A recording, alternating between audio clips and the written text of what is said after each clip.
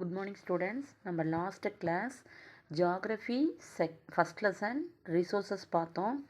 அதில் நேச்சுரல் ரிசோர்ஸஸ்னால் என்னன்னு பார்த்தோம். அந்த நேச்சுரல் ரிசோர்ஸஸில் டைப்ஸ் வந்து ஃபஸ்ட்டு வந்து என்னென்னு பார்த்தோம் அப்படின்னா on the basis of the origin, அதாவது தோற்றத்தின் அடிப்படையில் வளங்களை வந்து இரண்டு வகையாக பிரிக்கலாம் அப்படின்னு பார்த்தோம். பயோட்டிக் ரிசோர்ஸஸ், இன்னொன்று வந்து அபியோட்டிக் ரிசோர்ஸஸ், அதாவது உயிரியல் வளங்கள், உயிரற்ற வளங்கள் அப்படின்னு சொல்லிட்டு பார்த்தோம். இப்போ இன்றைக்கி கிளாஸில் நம்ம என்ன பார்க்க போகிறோம் அப்படின்னா on the basis of development, அதாவது வளர்ச்சியின் அடிப்படையில் வளங்களை பற்றி இப்போ நாம் பார்க்கலாம். Based on the level of development, resources can be divided into actual and potential resources. அதாவது வளர்ச்சி நிலையினுடைய அடிப்படையில் வந்து வளங்களை இரண்டு வகையாக பிரிக்கலாம். ஒன்று வந்து கண்டறியப்பட்ட வளங்கள், ஆக்சுவல் ரிசோர்ஸஸ், இன்னொன்று வந்து மறைந்திருக்கும் வளங்கள், பொட்டென்ஷியல் ரிசோர்ஸஸ் அப்படின்னு ரெண்டு வகையாக பிரிக்கலாம். பேசிஸ் ஆஃப் த டெவலப்மெண்ட்டில் வந்து ரிசோர்ஸஸை ரெண்டு வகையாக பிரிக்கலாம். ஒன்று ஆக்சுவல், இன்னொன்று பொட்டென்ஷியல். ஃபஸ்ட்டு நம்ம ஆக்சுவல் ரிசோர்ஸஸ் பற்றி பார்க்கலாம். Actual resources R resources that are being used and the quantity available is known. Example, coal at Neyveli. அதாவது கண்டறியப்பட்ட வளங்கள் அப்படிங்கிறது வந்து பார்த்தோம் அப்படின்னா இப்போ நம்ம பயன்படுத்திகிட்டு இருக்கிறது, அது மட்டும் இல்லாமல் அதனுடைய இருப்பினுடைய அளவு வந்து தெரிஞ்சுக்கிறது. இவ்வளோ தான் இருக்குது, இப்போ இவ்வளோ நாளைக்கு தான் வரும் அப்படின்னு சொல்லிட்டு நம்ம தெரிஞ்சுக்கிறோம் இல்லையா. அதை தான் வந்து நம்ம ஆக்சுவல் ரிசோர்ஸஸ் அப்படின்னு சொல்லிட்டு குறிப்பிடலாம். அதுக்கு எக்ஸாம்பிள் வந்து பார்த்தோம் அப்படின்னா கோல் அட் நெய்வேலி, அதாவது நிலக்கரி சுரங்கம் எங்கே இருக்குன்னா நெய்வேலியில் பழுப்பு நிலக்கரி சுரங்கம் இருக்கு இல்லையா, அதுதான் அதுக்கு உதாரணம். இப்போ இது இங்கே வந்து பார்த்தோம் அப்படின்னா இவ்வளோ தான் இருப்பு இருக்குது, இப்போ கொஞ்ச நாளைக்கு தான், இது எவ்வளோ நாளைக்கு வரும் அப்படின்னு சொல்லிட்டு அதனுடைய அளவு வந்து அறியப்படுது இல்லையா, அதை தான் வந்து ஆக்சுவல் ரிசோர்ஸஸ் அப்படின்னு சொல்லிட்டு சொல்லுவாங்க. அடுத்தது பொட்டென்ஷியல் ரிசோர்ஸஸ் அப்படின்னா potential resources R resources that are not being used in the present and its quantity and location are not known. அதாவது மறைந்திருக்கும் வளங்கள் அப்படிங்கிறதுனா என்ன அப்படின்னா இப்போ வந்து அதிக பயன்பாட்டில் இல்லாதது, அது மட்டும் இல்லாமல் அதனுடைய அளவு, இருப்பிடம் இதெல்லாமே தெரியாமல் இருக்கிறது தான் வந்து இது பொட்டென்ஷியல் ரிசோர்ஸஸ் அப்படிங்கிறது. ஆக்சுவல் ரிசோர்ஸஸ்னால் தெரிஞ்சிருக்கு, இதோட அளவு வந்து இதோட இருப்பினுடைய அளவு வந்து அறியப்படுவது ஆக்சுவல் ரிசோர்ஸஸ். மறைந்திருக்கும் வளங்கள், அதாவது பொட்டென்ஷியல் ரிசோர்ஸஸ் அப்படிங்கிறது என்ன அப்படின்னா தற்போது அது அதிக பயன்பாட்டில் இல்லை, அதனுடைய அளவும் வந்து இன்னும் அறியப்படாமல் இருக்குது அப்படின்னு சொல்லிட்டு குறிப்பிட்றது தான் வந்து potential resources. The technology to extract such resources is also yet to be developed. அதாவது இந்த வளத்தை வந்து எடுத்து பயன்படுத்துவதற்கான தொழில்நுட்பங்கள் இன்னும் வந்து வளர்ச்சி அடையாமல் இருக்கு இல்லையா, அதை தான் வந்து பொட்டென்ஷியல் ரிசோர்ஸஸ் அப்படின்னு சொல்லிட்டு சொல்லுவாங்க. அதுக்கு வந்து எக்ஸாம்பிள் வந்து பார்த்தோம் அப்படின்னா marine yeast found in the bay of Bengal and Arabian sea, அதாவது கடல் ஈஸ்ட்டு, மரைன் ஈஸ்ட் அப்படிங்கிறது கடல் ஈஸ்ட்டு, அது வந்து இன்னும் பார்த்தோம் அப்படின்னா பே ஆஃப் பெங்கால்லையும் அரபிக் கடல்லையும் காணப்படுது. அதை வந்து எடுத்து பயன்படுத்துவதற்கான தொழில்நுட்பங்கள் இன்னும் வந்து வளர்ச்சி அடையாமல் இருப்பதை தான் இதுக்கு உங்களுக்கு எக்ஸாம்பிளாக கொடுத்துருக்காங்க. அடுத்தது ஆன் த பேசிஸ் ஆஃப் எக்ஸாஸ்டிபிலிட்டி, அதாவது புதுப்பித்தலின் அடிப்படையில் வந்து என்னென்ன வகை இருக்குது அப்படின்னு சொல்லிட்டு பார்க்கலாம். On the basis of renewability, resources can be classified as renewable resources and non-renewable resources. அதாவது புதுப்பித்தலின் அடிப்படையில் வளத்தை வந்து இரண்டு வகையாக பிரிக்கலாம். ஒன்று வந்து ரினியூவபிள் ரிசோர்ஸஸ், இன்னொன்று வந்து நான் ரினியூவபிள் ரிசோர்ஸஸ், அதாவது புதுப்பிக்கக்கூடிய வளங்கள், புதுப்பிக்க இயலாத வளங்கள் அப்படின்னு சொல்லிட்டு ரெண்டு வகையாக பிரிக்கலாம். Resources once consumed can be renewed with the passage of time are called renewable resources.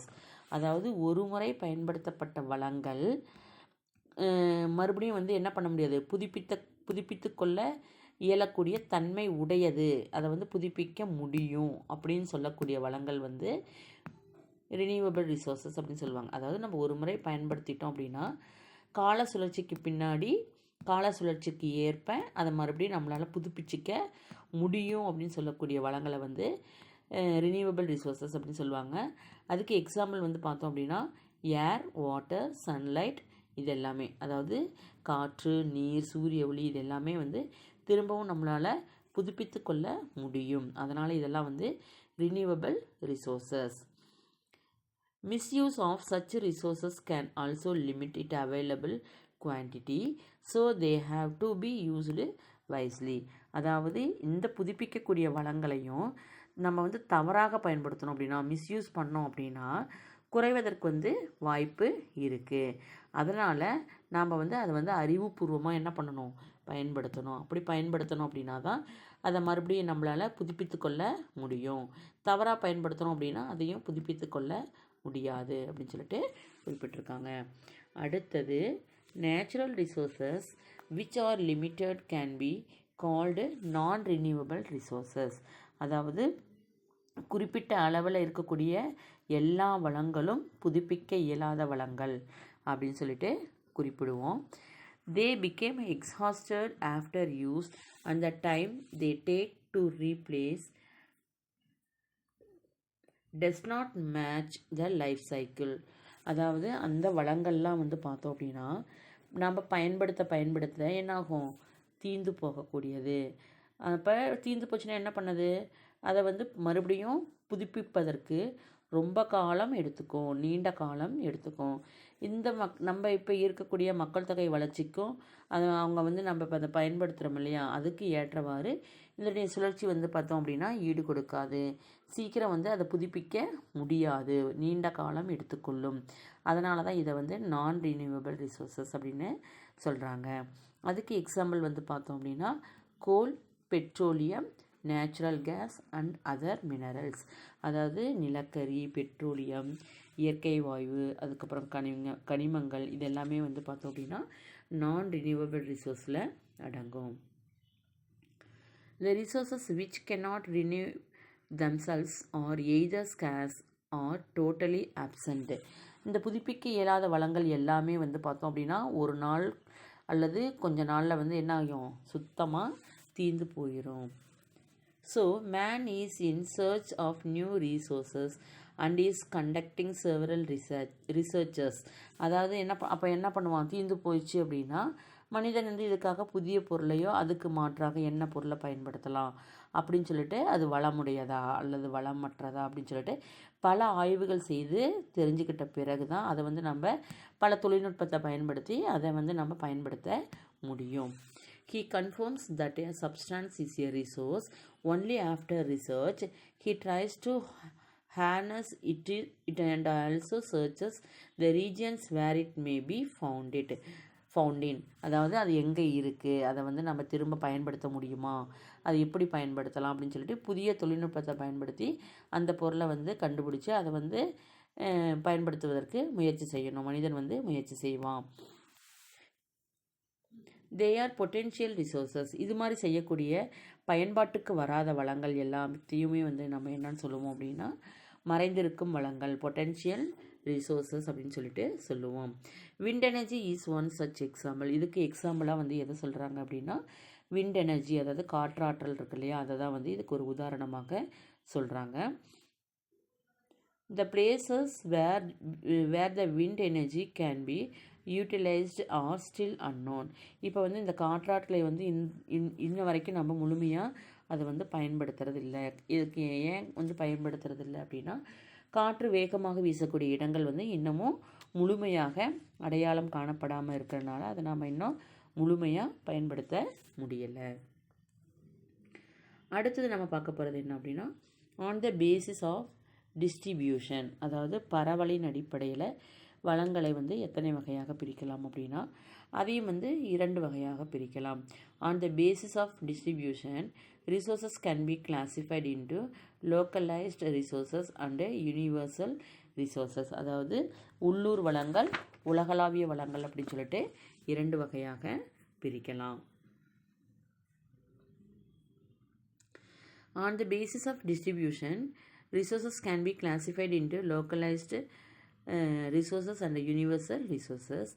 When resources are present in specific regions, they are called localized resources. Example, minerals. அதாவது ஏதாவது ஒரு குறிப்பிட்ட பகுதியில் மட்டும் இருக்கக்கூடிய வளங்களை வந்து உள்ளூர் வளங்கள் அப்படின்னு சொல்லுவோம். அதுக்கு எக்ஸாம்பிள் வந்து மினரல்ஸ் கொடுத்துருக்காங்க.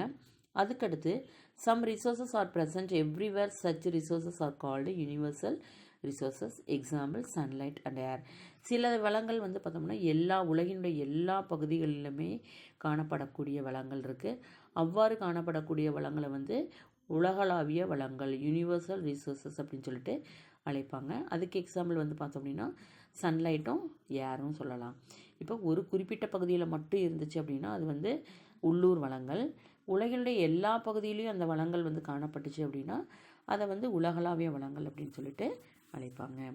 ஓகே, இன்றைக்கி கிளாஸ் வந்து முடிஞ்சுது. நாளைக்கு வந்து on the basis of ownership, அதாவது உரிமையின் அடிப்படையில் வளங்களை வந்து எத்தனை வகையாக பிரிச்சிருக்காங்க அப்படிங்கிறத நம்ம நெக்ஸ்ட் கிளாஸில் பார்க்கலாம். Thank you students.